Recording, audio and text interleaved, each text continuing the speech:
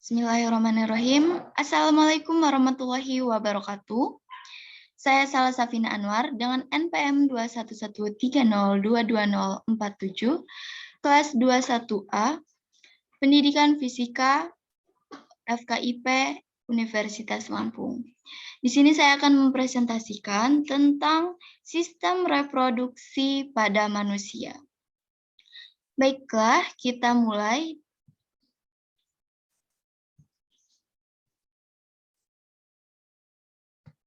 Akan muncul banyak pertanyaan dari benak kita mengenai materi kita pada kali ini, dan saya akan mengambil 3 pertanyaan, yaitu bagaimana sistem reproduksi pada manusia, hormon apa saja yang terdapat pada laki-laki dan wanita, dan apa saja gangguan atau penyakit pada sistem dan organ reproduksi.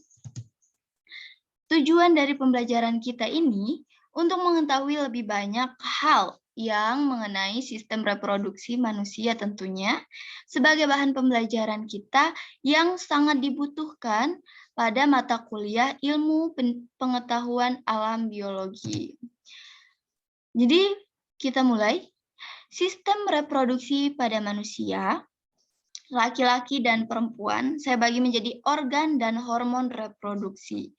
Kita mulai dengan sistem reproduksi pada laki-laki, yaitu organ reproduksi laki-laki. Di sini terdapat skrotum, yaitu berupa kantong longgar dari kulit, fasia atau selaput pembungkus otot, dan otot polos yang membungkus testis di luar tubuh. Jadi di sini ya. Lalu terdapat testis, yaitu sepasang organ lunak yang berbentuk oval dan berukuran panjang 4-5 cm dan diameter 2,5 cm. Lalu selanjutnya ada kelenjar aksesori, meliputi vesikula seminalis, kelenjar prostat, dan kelenjar Cowper. Di sini vesikula seminalis, lalu di sini ada kelenjar prostat, dan ada kelenjar Cowper. Lalu selanjutnya ada saluran pengeluaran meliputi epidermis, saluran vas deferens, saluran ejakulasi atau disebut ductus ejaculatorius, dan uretra. Di sini ya. Lalu terdapat penis, yaitu terdiri dari akar, badan, dan gland penis. Lanjut, hormon pada laki-laki. Terdapat 3 hormon pada laki-laki, yaitu hormon testikular, hormon hipofisis, dan hormon hipotalamus.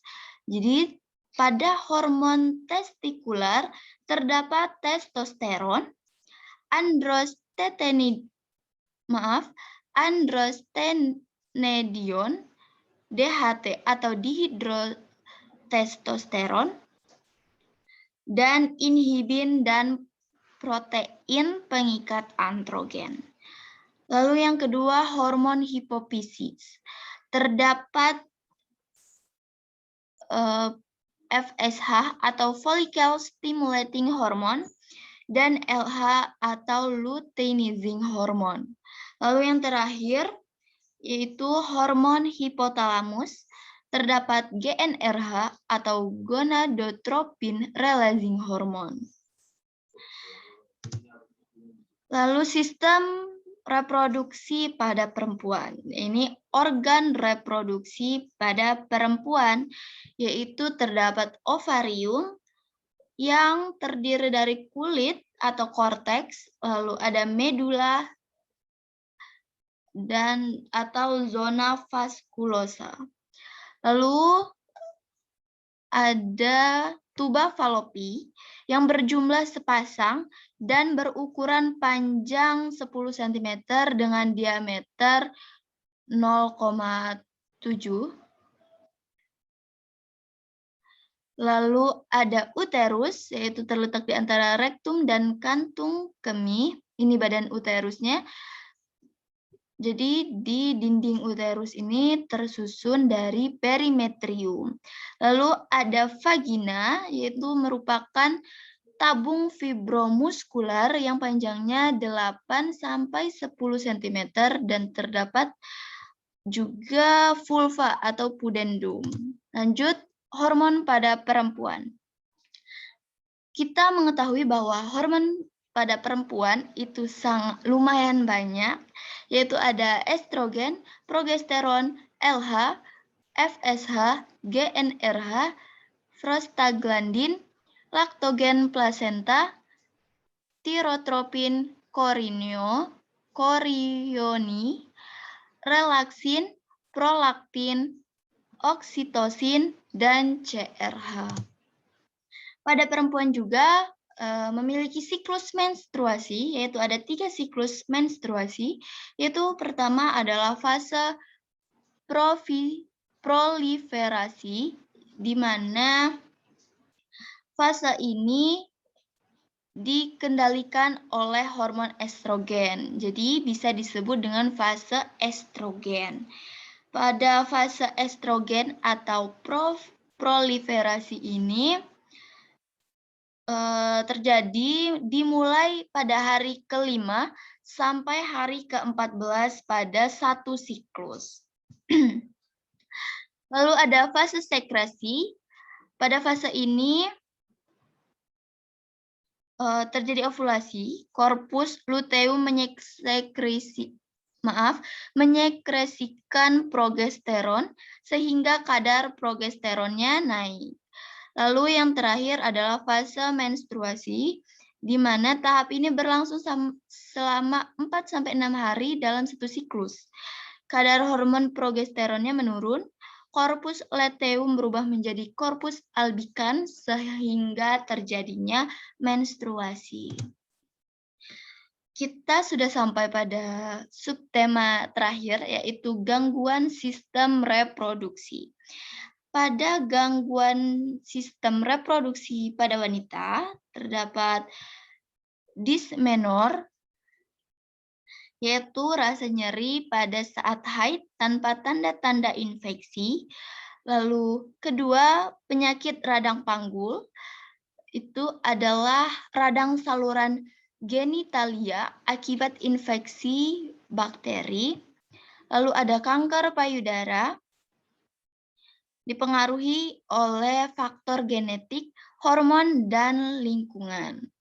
Lalu ada amenor primer, ada ovarium polikistik, yaitu gangguan berupa adanya kista, lalu terdapat kanker vagina, kanker serviks, dan kanker ovarium.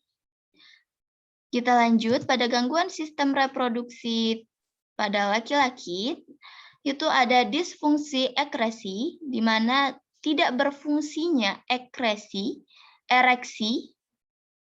atau tidak kemampuan laki-laki mempertahankan ereksi. Lalu yang kedua adalah ginekomastia, yaitu pembesaran payudara laki-laki akibat produksi estrogen yang berlebihan.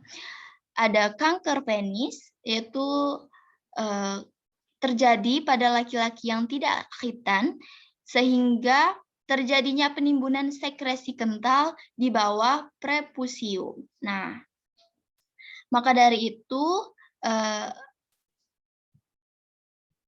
laki-laki dianjurkan dan pada agama Islam diwajibkan untuk melaksanakan khitan. Lalu yang selanjutnya terdapat hipogonadisme, yaitu penurunan fungsi testis akibat gangguan hormon. Selanjutnya terdapat